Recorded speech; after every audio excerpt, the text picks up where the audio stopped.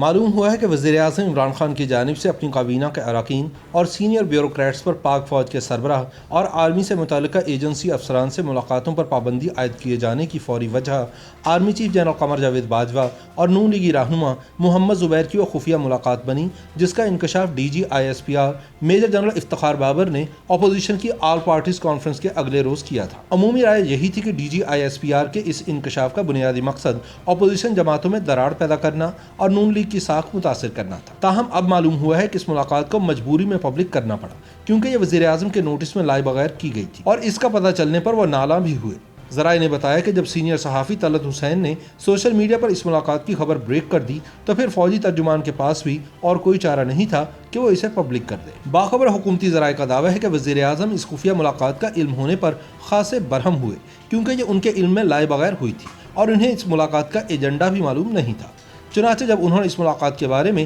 متعلقہ حلقوں سے استفسار کیا تو فوجی ترجمان نے غیر معمولی بیان جاری کرتے ہوئے یہ دعویٰ کیا کہ ملاقات محمد زبیر کی خواہش پر ہوئی، جس دوران انہوں نے آرمی چیف سے نواز شریف اور مریم نواز کے حوالے سے گفتگو کی۔ تاہم فوجی ترجمان کا کہنا تھا کہ آرمی چیف نے محمد زبیر کو بتایا کہ یہ معاملات صرف اور صرف عدالتوں کے ذریعے ہی حل ہو سکتے ہیں۔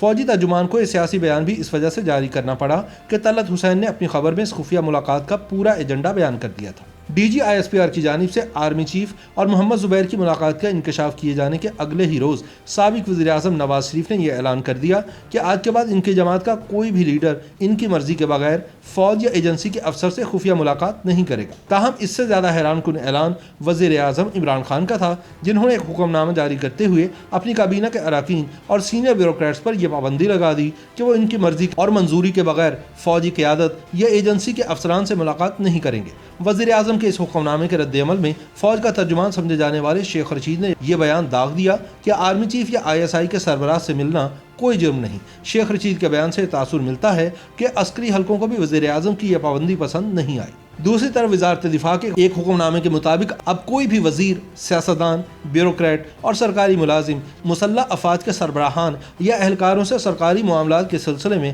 براہ راست نہیں مل پائے گا، بلکہ اب یہ ملاقاتیں وزارت دفاع کے ذریعے طے کی جائیں گی۔ تاہم عسکری حلقے اس بات پر پریشان ہیں کہ اس طرح کی پابندی عائد کرنے کے بعد وزیر اعظم عمران خان کس طرح ان کے ادارے سے امید رکھتے ہیں کہ وہ مستقبل میں بھی ویسے ہی ان کی حکومت کی مدد کر پائیں گے جیسا کہ وہ ماضی میں کرتے رہے ہیں۔ یاد رہے کہ پچھلے 2 برسوں کے دوران پارلیمنٹ سے کرائی گئی آئینی ترمیم کے لیے بھی فوجی حلقوں کو ہی اپوزیشن قیادت کو راضی کرنا پڑا، کیونکہ نہ تو اپوزیشن وزیر اعظم کو مانتی ہے اور نہ ہی عمران خان اپوزیشن کو منہ لگانا چاہتے ہیں۔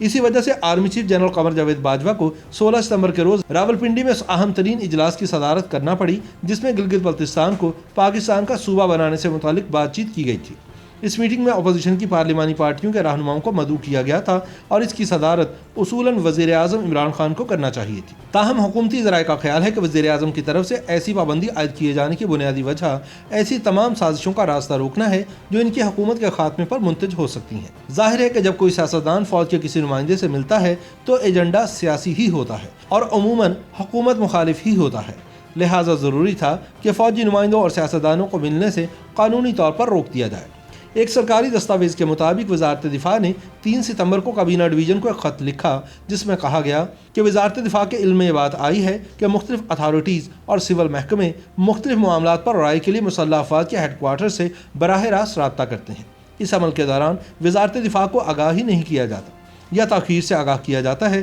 اس کا نتیجہ یہ نکلتا ہے کہ تاخیر کے سبب صورتحال کے تفصیلی جائزے کا موقع نہیں ملتا یا یہ عمل ملاقات میں تاخیر کا باعث بنتا ہے، جس سے کابینہ کے اراکین کے وقت کا ضیاع ہوتا ہے۔ آئین کے مطابق جی ایچ کیو، بحریہ، فضائیہ کے ہیڈ کوارٹرز اور ان کے تمام ذیلی فارمیشنز کے ساتھ تمام رابطے وفاق میں دفاعی ڈویژن کے ذریعے ہی کیے جا سکتے ہیں۔ خط میں کہا گیا کہ رولز آف بزنس کے مطابق وزارت دفاع کے ذریعے ہی ان ملاقاتوں کی اجازت ہونی چاہیے اور آئندہ تمام وزارتیں اور محکمہ جات یہ یقینی بنائیں کہ تمام خط و کتابت وزارت دفاع کے ذریعے ہو۔ یاد رہے کہ 1973 کے رولز آف بزنس کے 9ویں حصے میں آرٹیکل 56 میں سرکاری رابطہ کاری سے متعلق طریقہ کار درج ہے۔ اس کے مختلف شقوں میں دیگر ممالک سے مختلف امور پر رابطوں، خط و کتابت سے متعلق اصول و ضوابط تحریر کیے گئے ہیں، جبکہ صوبائی حکومتوں اور حکام سے کس قاعدے کے تحت کس طرح رابطہ کیا جائے گا، مثال کے طور پر عام طور پر کسی بھی دوسرے ملک کی حکومت اور ادارے وغیرہ سے رابطہ کرنے کی مجاز صرف خارجہ ڈویژن ہے۔ بیرون ملک حکومت یا ادارے سے معیشت یا اس سے متعلق رابطہ کاری کے لیے